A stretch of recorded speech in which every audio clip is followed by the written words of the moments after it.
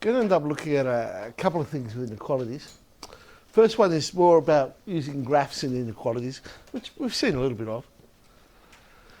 Now, for a start, I'm not suggesting that you would solve this graphically, but of course it would be possible to. Okay. Let's draw y equals x squared on x plus 2. I'm doing it using the division idea. So there's my construction. The red one, of course, is x squared. The blue one is x plus 2. Put in my boundary there at -2. And there's another boundary there. Shade the regions that I'm in. Oblique asymptote, I could do a division. Y equals x minus 2 is an oblique asymptote. So I can put that in. And there's my graph. Now we're looking for when is that graph less than or equal to 1. Well, there's y equals 1. So basically now I'm saying, hey, when is that blue graph below the red graph? Well, I need to find those points of intersection. Mind you, this is quite an accurate graph, so I could have actually read off this one, but you can see it's 2 and -1. And so therefore there's my answer. X is less than -2. All of that's below the red, but also in between -1 and 2. Now, as I'm saying, I'm not suggesting this would be your first approach to a question like this.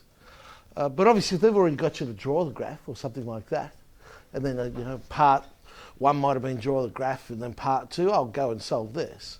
Then we can do that.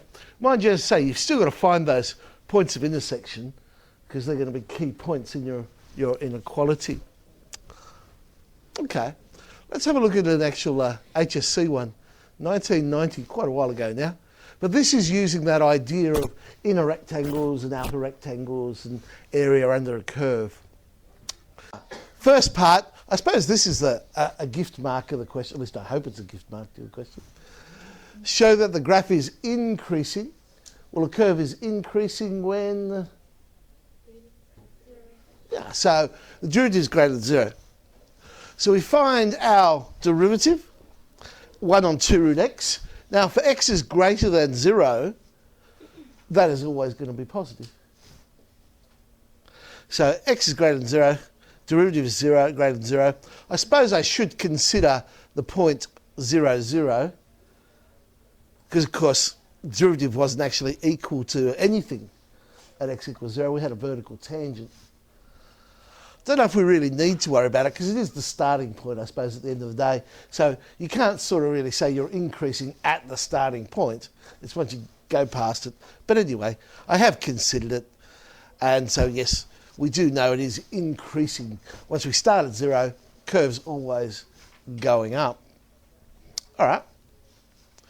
Hence, we have to show this inequality. So to say, this is using the idea of areas of the rectangles.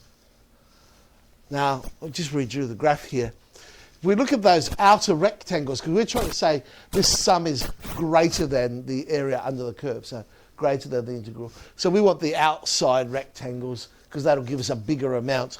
The first rectangle, they've all got width of 1, and then the height is the square root of the right-hand side. So in this case, square root of 1, then square root of 2, and so on. So that will give us our sum on the left-hand side.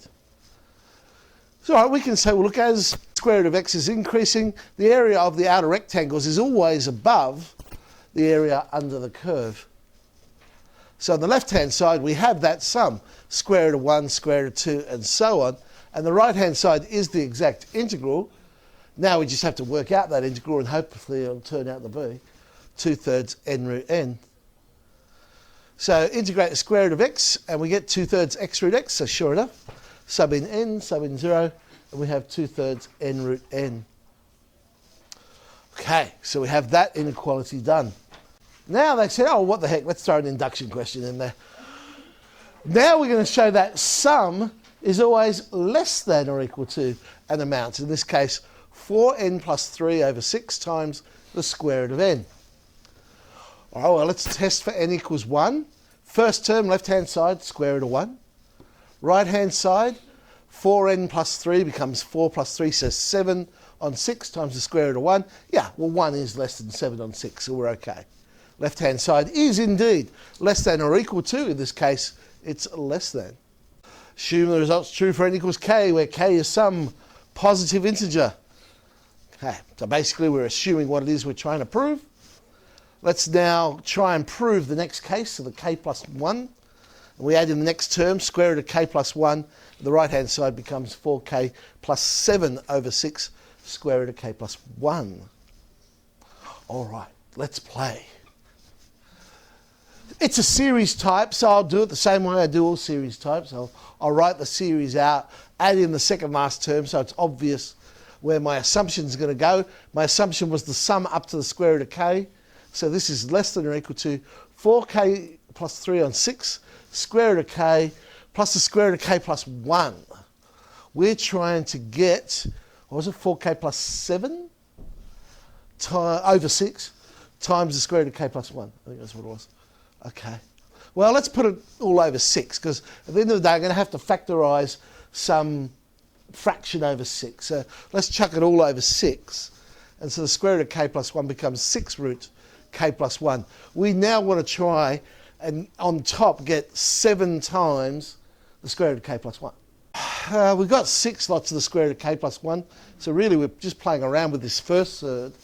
And hopefully we can show it's greater than or equal to 1 lot of square root of k plus 1. So we've got 16k cubed plus 24k squared plus 9k. Well, I can factorise k plus 1 into that. It will give me a remainder. But the reason I've done that is, remember, I'm trying to show it's square root of k plus 1 times something. So it didn't go into it exactly. I got this quadratic and then a minus 1. Well, I'll keep going, because nicely that quadratic is a perfect square. So this line here and the next line. So what is the difference? Well, the difference is the top one's got minus 1. The second one doesn't. So which one is bigger? Well, it's got to be the bottom one. Yeah, because the second last line has minus 1. So this one must be less than the next line. We need less than because we want them all pointing in the same direction. All right. Well, square root of 4k plus 1 squared is 4k plus 1. And 4k plus 1 plus 6 is 4k plus 7. And that's what we want. So hence, the result is true for n equals k plus 1 if it is also true for n equals k. And, here's the old way we used to write it. Now, we're going to combine B and C to estimate the square root of 1 plus the square root of 2 all the way up to the square root of 10,000. We just want it to the nearest 100. We've trapped that sum, the square root of 1 up to the square root of n, in between two values. We said it was always bigger than 2/3 n root n, but it was always smaller than 4n plus 3 on 6 root n. Well, we just need to substitute in 10,000. Fingers crossed, let's see what happens. Sub in 10,000. 2/3 of 10,000 times the square root of 10,000 is 666,700.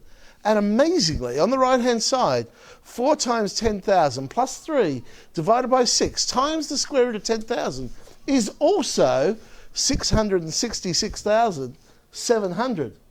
So to the nearest 100, wow, lucky they said the nearest 100, it must be 666,700.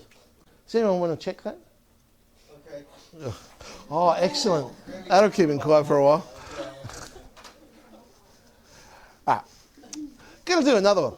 Prove x is greater than sine x for x is greater than 0. Well, let's do it with a graph. There's y equals x.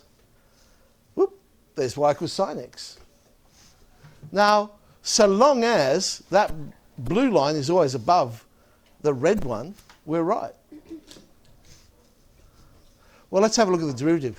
Because in other words, if the slope of this blue line is bigger or equal to at x equals 0, then I know it's always going to be okay. So function x equals x. We know the derivative is 1. So, oh, well, gosh, hey, that was smart. What's the slope of y equals x? Let's differentiate. By the way, for those who are still going, yeah, of course you would. Yeah. No, slope's just 1. Y equals mx plus b. Yeah, okay, it's just me. Sine curve, we do have to differentiate. Differentiate sine, we get cos. And in between 0 and pi and 2, because I don't really care after pi and 2, because clearly that blue line is going to be above after there. But in between, in the first quadrant, I know cos x is always less than 1. So the red curve has got to be below it because it's rising less steeply. It's not going up as quick. So y equals x increases faster than y equals sine x. Therefore, x is always greater than sine x. Now, if it's greater than pi, just for completeness, but if x is greater than pi and 2, well, sine x is always less than or equal to 1, so x, of course, is greater than sine x.